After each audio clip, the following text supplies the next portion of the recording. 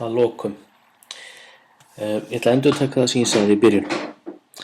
Ég mun spyrja staðreyndir. Bara eitthvað af þessum hlutum sem að þið eigi að vera búin að læra. En ég mun líka spyrja spurningar sem að krefjast þess að þið tengið saman þar sem það viljið séð að þið meltið það og orðið það með ykkar aðferðum. Til dæmis þessi spurning hér: var Robert Hooke svo ómerkilegur einstaklingur á þínu mati að hann verðskuldaði að falla í gleymsku? Þetta er ekki bara já eða nei spurning, heldur þarf að koma einhver skýring. Og þarna sjálfsögðu er ekkert eitt rétt svar og þið verðið að skilja það. Ég er bara að sjá hvort að þið hafið fattað það sem þið áttu að læra. Sögun á bak við Robert Hooke.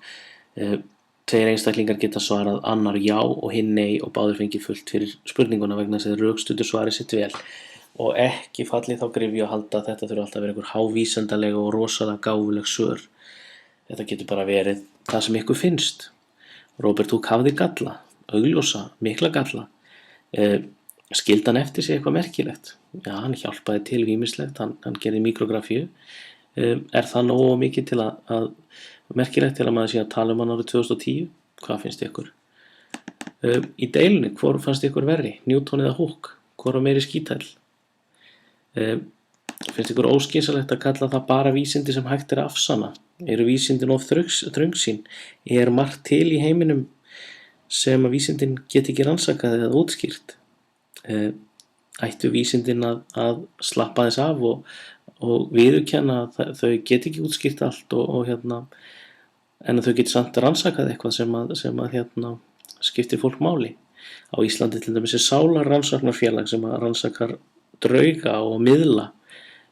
Engin alvöru innan gæsalappa vísindamaður samþykkir að það séu vísindi þó það séu kallað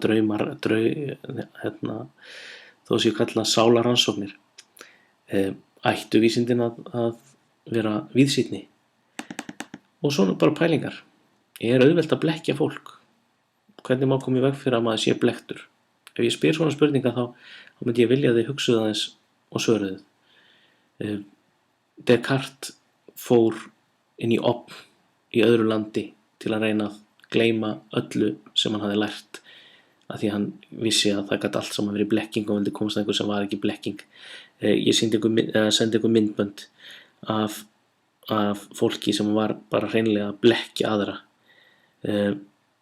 Einhverjir andalæknar sem sögðust vera ekki framkvæma uppskurði en voru ekkert að því, þeir voru bara með sjónhverfingar og þeir tóku hellinga pening fyrir þetta.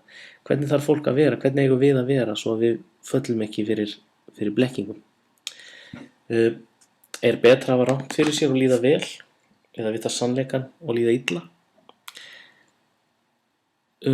Og ef Goldenberger hefði komið til Íslands og sagt að íslenskur matur væri beinlínis hættulegur heilsunni, væri krabbameinsvaldandi og hjartaskemmandi, heldur að Íslendingar myndu hlusta á hann og breyta mataræði sínu eða bregðast við eins og Suðurríkjamennirnir sem verður reiðir og þrjóskir? Hvað haldið þið? Gamaldags íslenskur matur, til dæmis reyktur matur sem við borðum í jólin, hann tengist sjúkdómum. Mjög saltur matur veldur hjartaáföllum og reyktur matur getur valdið magakrabbameini og magakrabbamein held ég enn hjá elstu Íslendingunum algengara hjá fólki út á landi heldur en fólki í Reykjavík af því að matamenningin breytist fyrir Reykjavík heldur en út á landi sums staðar. Hvað ef til dæmis bara læknir færi frá Reykjavík og segði fólki á Vestfjörðum að skatan eða hangikjötið eða eitthvað væri óhollt og bæði þeim að hætta að borða? Myndum en gera það? Eða hvað? Þannig að ég mun líka í bland við allt hitt spyrja ykkur svona spurninga sem að fá ykkur vonandi til að hugsa og ef þið hugsið og komið með einhver svona skynsamleg svör þá fáið þið hátt. En það þurfi ekkert allir að svara eins, alls ekki. Þið megið aðra skoðanir á málunum heldur en ég.